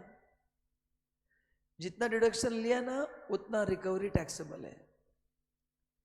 तो तुमने इनकम कितने से कम किया है? 10 से। तो अभी 10 से बढ़ता है तो प्रॉब्लम क्या है? जब पहले नहीं मिला तो हमने माइनस करना अलाउ किया ना, तो मिलने के बाद टैक्स तो भरो। तो 9,000 ही मिला है ना, तो 9,000 पे टैक्स भरो। लेकिन सेकेंड केस में डिडक्शन 7 का ही मिला है, तो मैक्सिमम 7 पे टैक्स भरने को रेडी हो, 9 पे टैक्स भरने को रेडी नहीं हो, तो कितना एक्स्ट्रा है उसको इनकम से हटाना पड़ेगा। लेस फ्रॉम इनकम 2,000 होगा। लेस फ्रॉम इनकम क्या होगा, तो यहां पे क्या होगा, नो ट्रीटमेंट। यहां पे लेस फ्रॉम इनकम 2,000। एंड तीसरा case, by recovery 9,000, deduction not allowed. अरे डिडक्शन अलाउ ही नहीं हुआ मतलब क्या है, मेरा इनकम कम ही नहीं हुआ है, तो वापस अगर मैं 9 पे टैक्स दूंगा तो डबल टैक्स हो जाएगा, क्योंकि आपने मेरे को पहले डिडक्शन अलाउ नहीं किया था 2 साल 3 साल पहले। तो जब डिडक्शन अलाउ नहीं किया था तो उस साल का इनकम कम नहीं हुआ है, उस साल का टैक्स नहीं बचा है, तो इस साल लेस फ्रॉम इनकम पूरा 9,000 माइनस होगा। कितना होगा माइनस, पूरा 9,000 माइनस होगा।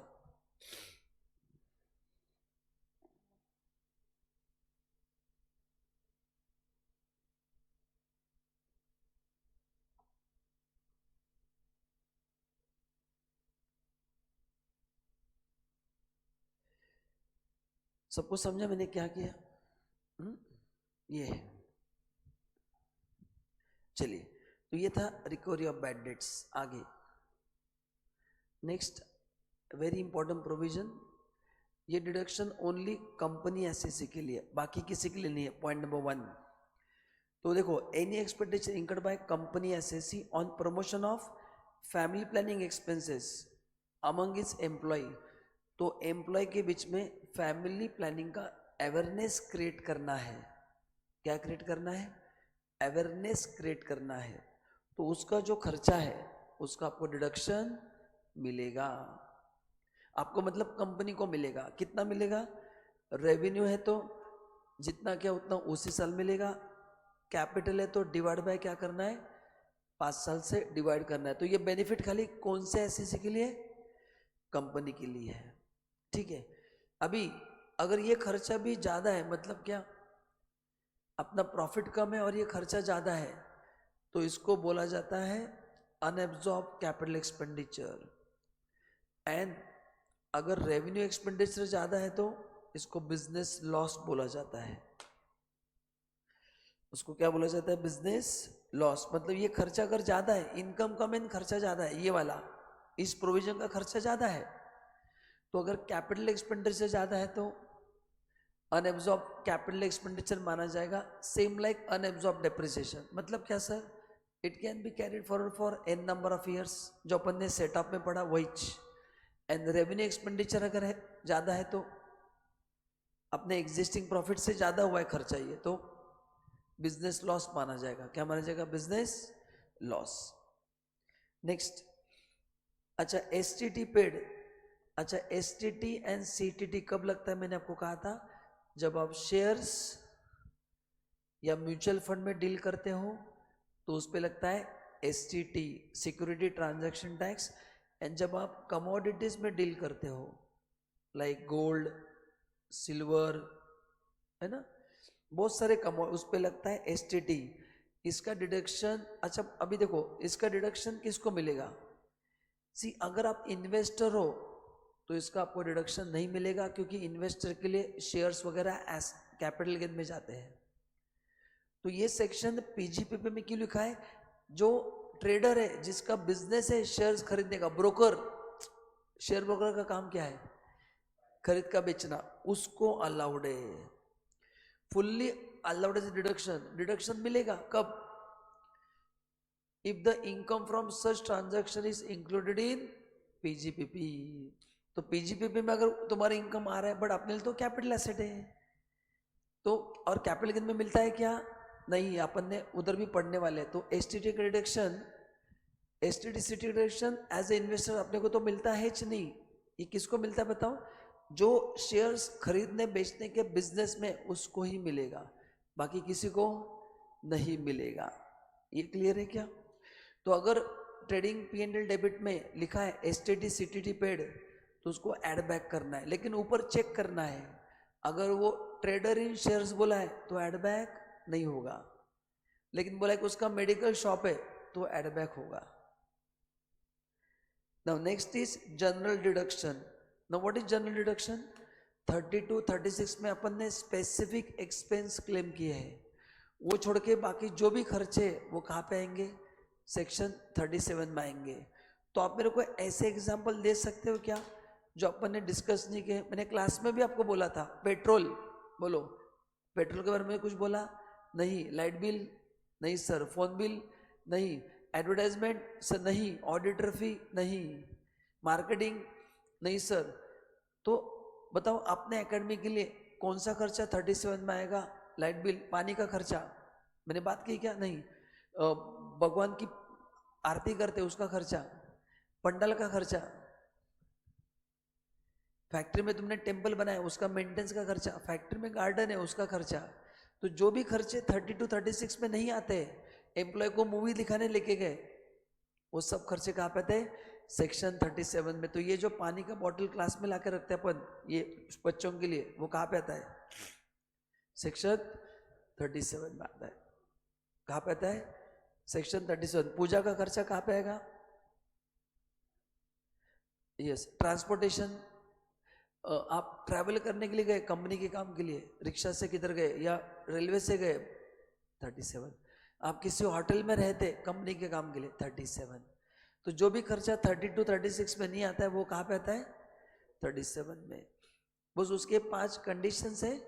अब इसमें क्या क्या इंपॉर्टेंट है उतना आपको पढ़ना है।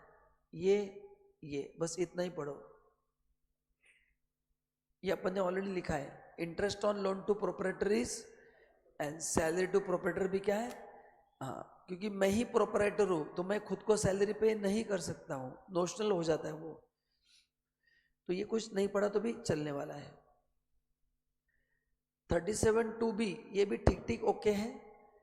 याद करो, अगर अपन ने पॉलिटिकल पार्टी के मैगजीन में कुछ एडवर्टाइजमेंट का स्पॉन्सरशिप दिया है तो उसका खर्चा 37(2)B में नहीं आएगा। क्यों?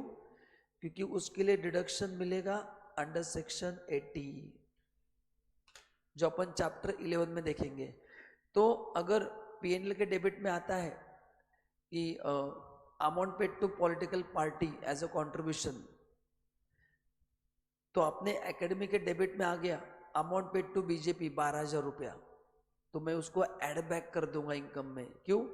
क्योंकि उसका डिडक्शन हमको 80 में मिलेगा, सेक्शन 80 में मिलेगा। तो अलग से लेना है, बिजनेस खर्चा नहीं, वो 80 में मिलेगा आपको। Yes Aditya, you are right. ठीक है। और अभी आता है इंपॉर्टेंट सेक्शन। हेडिंग की क्या बताओ? Disallowed expenditure. डिसअलाउड का मतलब क्या है? अगर नीचे दी हुई कंडीशंस फुलफिल होती है तो ये खर्चा आपके इनकम में क्या होगा? ऐड होगा। एंड पहले ही दो जो खर्चे हैं, it is related to TDS। कौन सा है? हाँ, तो सेक्शन 40 का हेडिंग क्या है? हेडिंग ही क्या है देखना, डिसअलाउड एक्सपेंडिचर।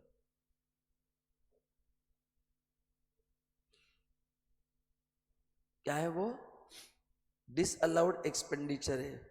तो उसमें दो सेक्शंस है, पहला 40AI, दूसरा 40AIA।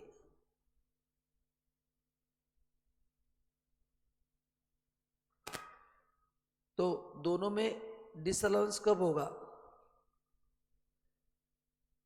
TDS compliance not done.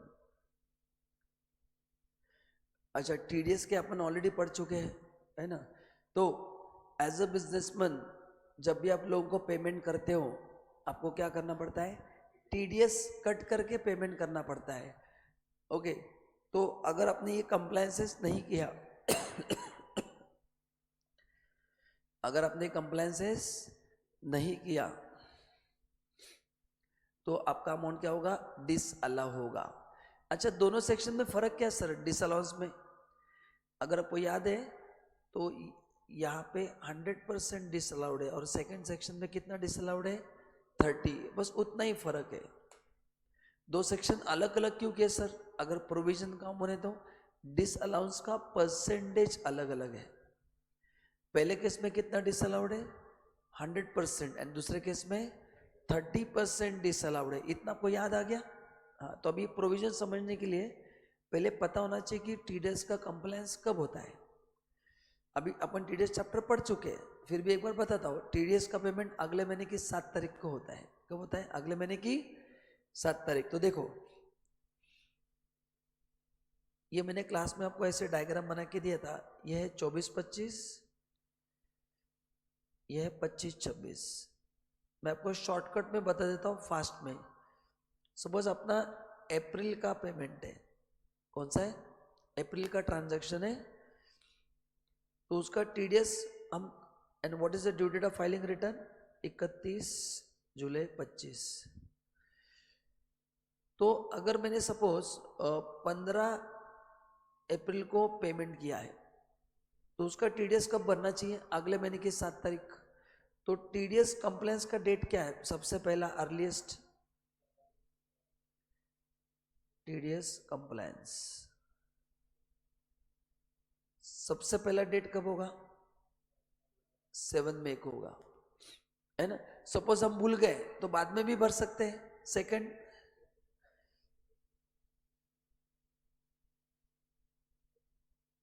Till 31 मार्च 25, मतलब अगले महीने में भी ऐड करके भर सकता हूं, बट उसमें इंटरेस्ट लगेगा। एंड तीसरा है टिल 31 जुलाई 25, जो है due date of filing return. तो मैंने इसके पहले पे किया तो चलेगा, इस साल पे हुआ तो भी चलेगा। तो टीडीएस का कंप्लायंस कब करना पहले बताऊं। मैंने 15 अप्रैल को पेमेंट किया, टीडीएस कट कर दिया, तो आइडियली 15 मई का टीडीएस कब भरना चाहिए, 7 मई को। चलो 7 मई को भूल गए, बाद में कब भर सकते हैं, उस साल कभी भी भर सकते हैं, अगले साल भी भर सकते हैं, पर रिटर्न फाइल करने से पहले। बट मैंने ये तीनों में से कुछ भी नहीं किया, तो फिर क्या होगा, वो डिसअलाउ होगा। क्या होगा? हाँ, तो अगर मैं यहां पे डिडक्ट करता हूं तो नो डिसअलाउंस, कोई प्रॉब्लम ही नहीं है, क्योंकि मैंने कंप्लायंस इन 3 डेट्स के पहले किया है, तो कोई डिसअलाउंस नहीं होगा। लेकिन सपोज मैंने ये गवर्नमेंट को पे किया है 20 दिसंबर 2025 को, अभी बोलो क्या होगा, 24-25 में क्या होगा,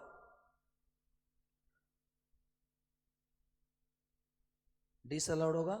एंड वापस 25-26 में क्या होगा, अलाउड होगा। कितना, 100, या फिर जितना डिसअलाउ होगा उतना ही क्या होगा, अलाउ। तो 100 हो या 30, कंप्लायंस का प्रोसीजर नहीं बदलता है। तो ये थोड़ा मैंने सुपर फास्ट मोड में बता दिया। क्लास में अपन ने इसके बड़े बड़े न्यूमेरिकल्स भी लिए हैं, समझा आपको? तो बोलो, अगर 15 अप्रैल को टीडीएस कट किया है तो कब तक भर सकते हैं, 31 जुलाई तक भरा तो भी कोई प्रॉब्लम, तो इसके पहले भर दिया तो कोई प्रॉब्लम नहीं है, लेकिन इसके बाद भरेंगे तो प्रॉब्लम है। ठीक है? अच्छा, बट एक कंडीशन बताता हूं कि टीडीएस इस साल डिडक्ट होना जरूरी है। मतलब मैं डिडक्ट ही करना भूल गया एंड मैं डिडक्ट यहां पे किया तो फिर वो 25-26 का माना जाएगा। मतलब ये तीनों, ये पेमेंट के डेट से पहले डिडक्ट तो होना चाहिए कि नहीं। मतलब इस साल तुम डिडक्ट करो, अगर तुमने इस साल डिडक्ट ही नहीं किया तो फिर वो वापस डिसअलाउ हो जाएगा। आपको समझा कि नहीं, मैं श्योर नहीं हूं, मैं आपको बताता हूं फोर्थ केस क्या है।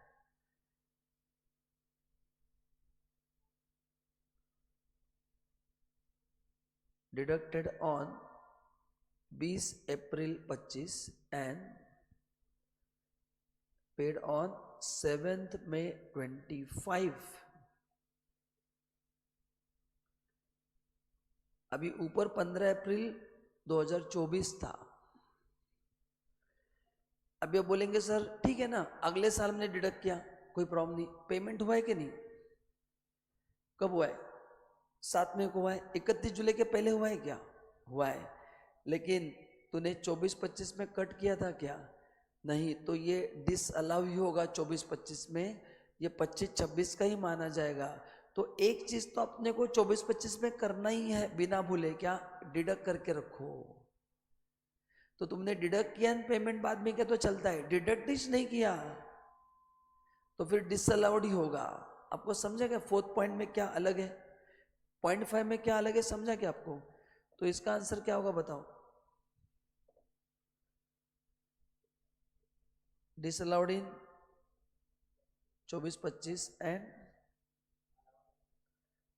allowed in 25-26, even though it is before the due date of filing return, लेकिन लास्ट ईयर कट करना भूल गए थे ना, इसलिए गड़बड़ है। तो यहां पे ये प्रोविजन समाप्त होता है।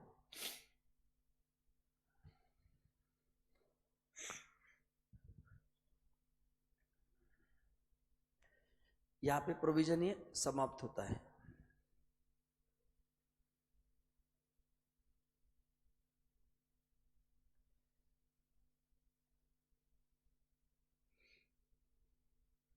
आपको समझा क्या? हाँ, मतलब ये अभी अपन प्रोविजन पढ़ेंगे, अभी अपन प्रोविजन पढ़ लेंगे।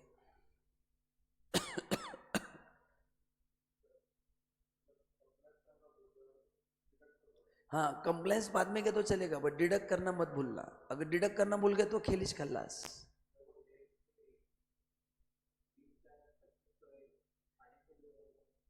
वही 31 जुलाई के पहले है, लेकिन तूने कट किया था क्या 24-25 में?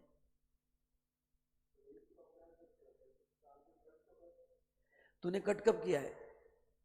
24-25 या 25-26 में? हाँ, और भर भी दिया है। तो ये खर्चा 24-25 का ही है, लेकिन मैं कुछ भी नहीं किया। एटलीस्ट कट करना था, तूने पेमेंट दे दिया पार्टी को, लेकिन टीडीएस कट करना भूल गए, बाद में अगले साल समझ में आएगा। ऐसे थोड़ी चलता है। तो एटलीस्ट डिडक्ट करना जरूरी है इस साल, है ना? लिख के हो गया सबका?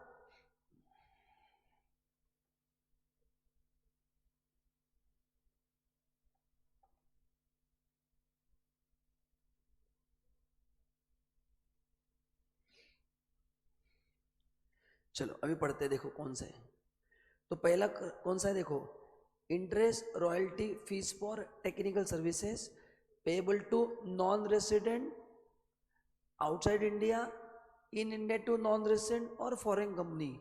मतलब इंटरेस्ट रॉयल्टी फीस फॉर, ये 3 खर्चे आप पे कर रहे हो। किसको पे कर रहे हो? पहला नॉन रेसिडेंट को पे कर रहे हो। इंडिया के बाहर किसी को भी पे करो, फर्क नहीं पड़ता है। इंडिया में पे कर रहे हो टू नॉन रेसिडेंट और फॉरेन कंपनी, इन 4 लोगों को आप पेमेंट कर रहे हो। टीडीएस कंप्लेंट्स करना भूल गए, कितना डिसला होगा? 100%। एंड बाकी पेमेंट किसको हो रहे हैं? रेसिडेंट को। तो कितना डिसला होगा? 30। तो जितना डिसला होगा उतना ही बाद में अलाउ होगा कि नहीं होगा, है ना? अभी देखो इसका एग्जाम में क्वेश्चन कैसे आएगा, देखते हैं आपको रियली समझाए कि नहीं। ये मेन चीज है। ये टेबल तो ठीक है, अभी मैं आता हूं एग्जाम में क्या आएगा। To P&L account, to expenditure 1 lakh, TDS at 10% not deducted. मतलब एग्जाम में दिया जाएगा कि एसएसए ने P&L में खर्चा तो रिकॉर्ड किया 1 लाख का, लेकिन बंदा TDS डिडक्ट करना है भूल गया। तो बताओ कितना डिसला होगा? कितना? कुछ केसेस में 100% होगा एंड कुछ केसेस में 30% होगा, है ना? तो अगर पेमेंट टू रेसिडेंट है तो कितना होगा, तो डिसअलाउ कितना होगा, मतलब अपन पीजीपीपी में एड बैक कितना करेंगे, 30,000 एड बैक करेंगे, मतलब 70% अलग हो जाएगा। एंड अगर वो रॉयल्टी वगैरह है तो 100%, एंड बाद में अलाउ भी कितना होगा, 30,000 ही होगा। जितना डिसअलाउ होगा उतना ही, ये समझना सबसे जरूरी है। आपको समझा एग्जाम में कैसे करना है। एंड अगर ये नॉन रेसिडेंट है तो 100%। ऑनलाइन एग्जाम में ऐसे आने वाला है, तो आपको देंगे कि टीडीएस कंप्लेंस करना भूल गए, तो बस देखना है पेमेंट किसको हुआ है, रेसिडेंट, उसका 30% एड बैक करो, एंड माइनस भी कितना होगा बाद में, वही होगा। मतलब 70% से गवर्नमेंट को प्रॉब्लम नहीं है, गवर्नमेंट को प्रॉब्लम रिमेनिंग 30% से है। क्लियर है सबको, समझेगा अभी कैसे करना है। ऑनलाइन फटाफट रिप्लाई करो।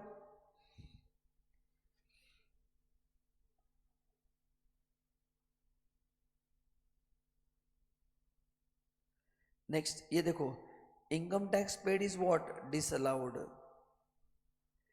इनकम टैक्स उसका सरचार्ज सेस क्या है, डिसअलाउड है, और इसके लिए 43 भी एप्लीकेबल नहीं है। मैंने अभी कहा था क्यों, क्योंकि 43 भी उन्हीं के लिए एप्लीकेबल है जो खर्चे अलाउड है। इनकम टैक्स ऑलरेडी क्या है, डिसअलाउड है।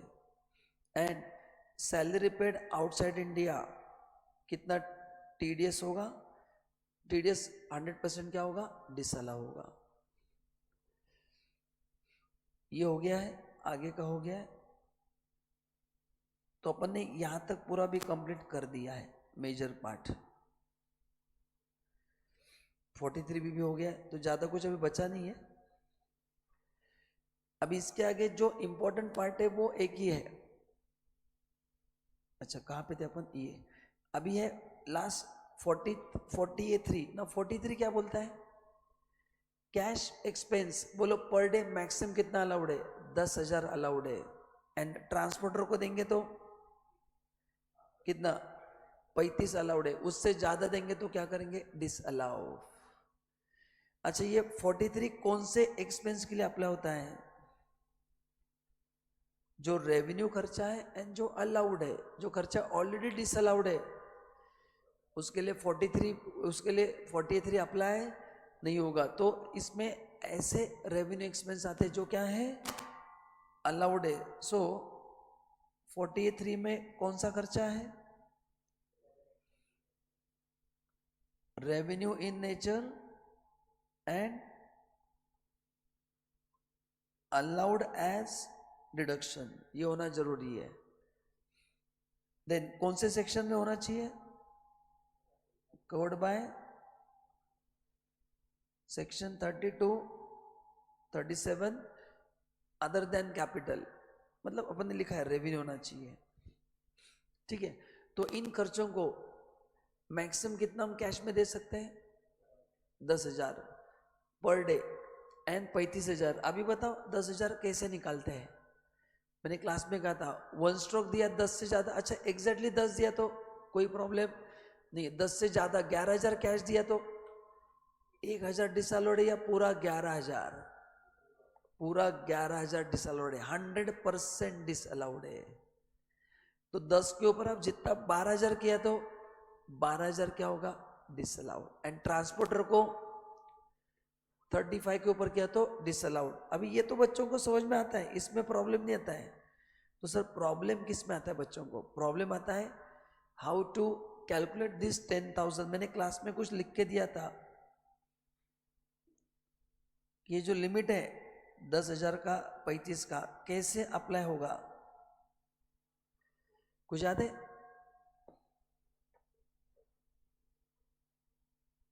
पर इनवॉइस एंड ईच पेमेंट।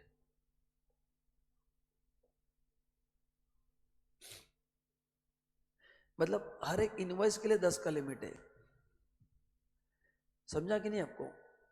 मतलब क्या है, इनवॉइस का वैल्यू भी 10 के ऊपर होना चाहिए और पेमेंट भी 10 के ऊपर, तो ही डिसअलाउंस होगा। मैंने 5 बिल का पैसा एक साथ दे दिया, आपने मेरे को 5,000 के 5 बिल दिए थे, मैंने 25,000 आपको कैश में दे दिया. No if you look in terms of amount वो 10 से ज्यादा है लेकिन none of the bill exceed 10,000 तो डिसअलाउंस नहीं होगा. तो बोलो डिसअलाउंस होने के लिए दो सबसे इंपॉर्टेंट कंडीशन क्या है. पहला,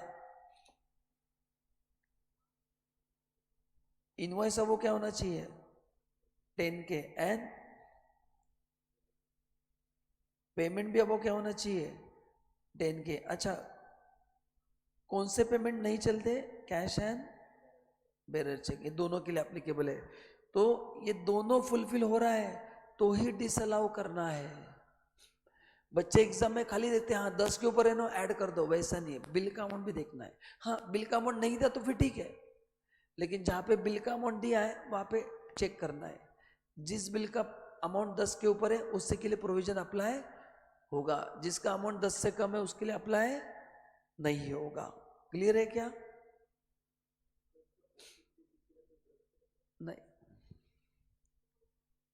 ऑनलाइन क्लियर है क्या? सबको समझा? तो ये ठीक है. तो आज अपन इतना ही करने वाले. अगले एक सेशन में पीजीपीपी अपना पूरा कंप्लीट हो जाएगा. अभी खाली मेरे को इंपॉर्टेंट पढ़ाना है प्रिजम्पटिव इनकम, बाकी कुछ बचा ही नहीं है.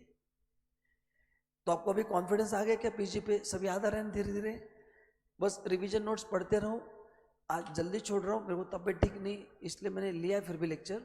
आज आधा घंटा जल्दी छोड़ रहा हूँ, नेक्स्ट इसमें कंप्लीट कर देंगे पीजीपी और कैपिटल गेन स्टार्ट कर देंगे फटाक से. ठीक है, चलिए guys, thank you so much. I hope आपने जो 1.5 घंटा इन्वेस्ट किया उसका आपको जरूर फायदा होगा. ठीक है, चलिए online thank you so much. Lecture कैसा लगा जरूर बताना.